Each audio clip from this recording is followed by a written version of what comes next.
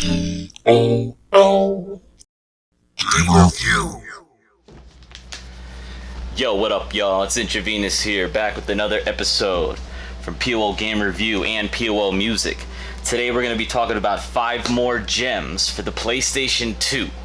If you haven't caught my previous videos, I suggest you do, because there are several now, and I really love talking about the PlayStation 2. In fact, I have over 400 games, and I like to go back and find some of the best of the best, and usually games that you might not have heard of. I don't like to call them hidden gems because they're not all hidden, but some of them you might not have played yourself. So without any further ado, let's get into 5 more gems that are survival horrors. So we've got the most common, Resident Evil Code Veronica X, Cold Fear, Obscure: The Aftermath, Alone in the Dark, and The Thing. So stick around, y'all, because here we go. Alright, kids and cadets. The first one I'm going to be speaking about is The Thing. It's based around the movie, or movies, as there are several now, and it is made by Vivendi Universal and Black Label Games, also notably Konami. If you haven't seen the movie The Thing, I recommend that you check it out. I've never seen the very first one, the oldest, but I believe the second one was in the 80s, which is my favorite. And then they made like some kind of sequel or remake. Not very good. This game seems to take place somewhere around the one from the 80s. I don't know if that's a remake or not. Forgive me. It's been a while since I've seen those movies. But this is a pretty cool game, you would think. Actually, all these games, for the most part, I pick out because people recommend them either online or to me in person. And I've heard this is a good game. I heard it was very dark, literally, like the lighting, which it is, but I play all my games on a PlayStation 3, so they do look a little bit better. The Thing from Konami. This is one intense action horror game. You gotta play this one, man. It'll blast you against the wall. From John Carpenter. Now, he might be a little biased if you ask me. In the frozen wastelands of Antarctica, a mysterious shape-shifting alien life form has wiped out an American scientific post. You're the leader of a military rescue team sent to investigate the carnage. Trapped by the elements and infected by a horrific enemy, you must keep your squad together, control their fear, gain their trust, and you might just survive. After reading that, I'm starting to remember that I think this is kind of like a sequel, a follow-up to the 1980s movie.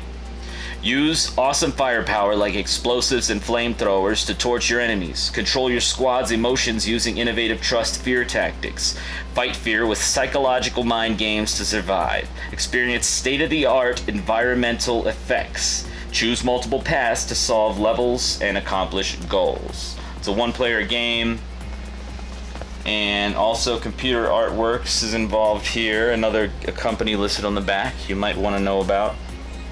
And when I was playing this to gather test footage, or to capture footage, I noticed one big problem, and I might have just accidentally left my team member somehow.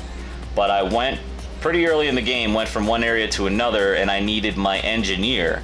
And each character you have has their own little special abilities. I'm pretty sure I needed the engineer to work on this electrical box, and he was nowhere to be found. I'm not sure if I hadn't found them yet, but I could have sworn I started out with 3 people. When I got there, I got 2.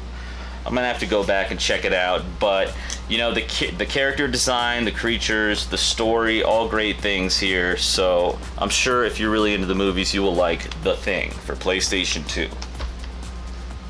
Next up, we have Alone in the Dark from Atari. This is not the first Alone in the Dark game, I am almost positive. I believe there was a different one on the PlayStation 1, and it might even go further back than that. I know Alone in the Dark is considered one of the originators of the survival horror type games. This game was actually pretty cool, but let me tell you, they do not hold your hand. They don't tell you what to do, you have to kind of figure it out for yourself. So you'll see one part in this game footage where I'm continuously falling off a ledge because I didn't know which way to go and things are just falling apart all around you. I figured it out, and that's how the game goes. That's how games go. But this was pretty cool. The graphics were decent. One of the common things about this, one of the noted things, is that you can use a fire extinguisher and put out fires. I think they took that to an extreme with the PlayStation 3 sequel or remake, if I am not wrong. I believe I have that too. Maybe we'll talk about it sometime. They said Central Park was for the people. Well, they lied. Central Park was not built as a haven for the people of New York, but for something else entirely. Now the truth can no longer be contained. In one apocalyptic night, Edward Carnby must fight the unimaginable to reveal the earth-shattering secret of Central Park.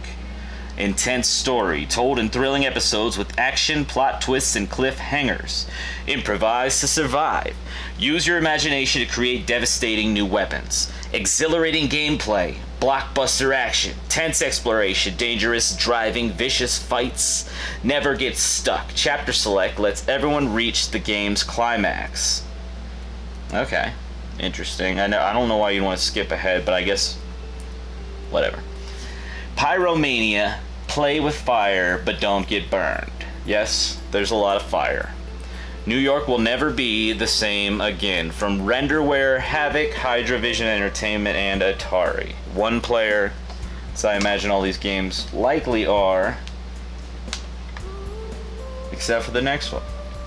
So we have Obscure, The Aftermath as the third and the most entertaining game for me in this list. I'm sure a lot of people will say Resident Evil will be their choice, but I played that game a lot and the controls bug me sometimes.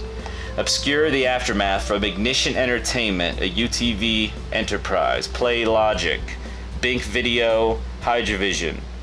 This is a really cool game. It's goofy, so goofy. They play everything over the top. It plays out like a 90s teenage horror flick, slasher film type thing. And you have several characters in this game as well that you control, but I like the way that you use them a little better, though it is similar to The Thing. Obscure the Aftermath. At Fall Creek University, all is not right. Strange black flowers have suddenly sprung up everywhere on campus, and while experimenting with these flowers in class, a dangerous substance was discovered that induces bizarre lucid dreams. There is more to the flowers than anyone could have expected, and when the seeds finally germinate, a bad trip suddenly turns into a horrible reality. Yes, this game involves drug use. It's the fictional drug of a flower. There's a lot of unnecessary curse words thrown in. There is a character named Corey, which is my name, by the way. It features 6 charismatic characters, each with unique skills. Co-op mode. A second player can join in at any time. Yes, this is a multiplayer survival horror game. A vast variety of weapons and horrifying monsters. Stunning soundtrack performed by the Boston String Quartet and the Paris Opera Children's Choir. This game is really cool. In fact, I didn't want to stop playing it, capturing footage. I highly suggest and recommend Obscure the Aftermath. I think this is a sequel to just Obscure. There was also a version on the PSP. Obscure game's pretty cool. And I also should go back and note that on the soundtrack of The Thing, it features the hit song After Me by Saliva. I know it's a hard-hitting point for y'all. Next up, fourth, and next to last, we have Cold Fear from Ubisoft and Darkworks. Also, Renderware was involved here. Cold Fear is a survival horror game that takes place on a ship in a storm. And the boat is constantly rocking back and forth. And let me tell you, if you get seasick easily, you might get seasick just for playing this game. I realize it's not going to give you the boat legs, but it is shifting left and right constantly. I did find it a little confusing to figure out where to go in the beginning, but I barely scratched the surface. I know this game has some really good stuff for it, and I've seen it recommended by others. Sound the depths of terror. In the throes of a ferocious Arctic storm, distress signals are sent from a seemingly abandoned Russian whaler. As Coast Guard veteran Tom Hansen, you board to investigate and discover unthinkable horrors lurking beneath the ship's blood-stained decks. Unleash a torrent of weapons. Create fatal traps and use shotguns, flamethrowers, or any object you can find to survive. Keep your bearings. Battle against increasingly mutated enemies in treacherous, unstable environments. Brave dangerous waters, rocked by huge breakers. You must steady your nerves and aim to evade a watery grave. So yes, you have to aim while being on a rocky ship. This one might not be for everyone if you don't like that motion, which I gotta say, it kind of bugged me. I don't know if they needed to make that rocking as extreme as it was.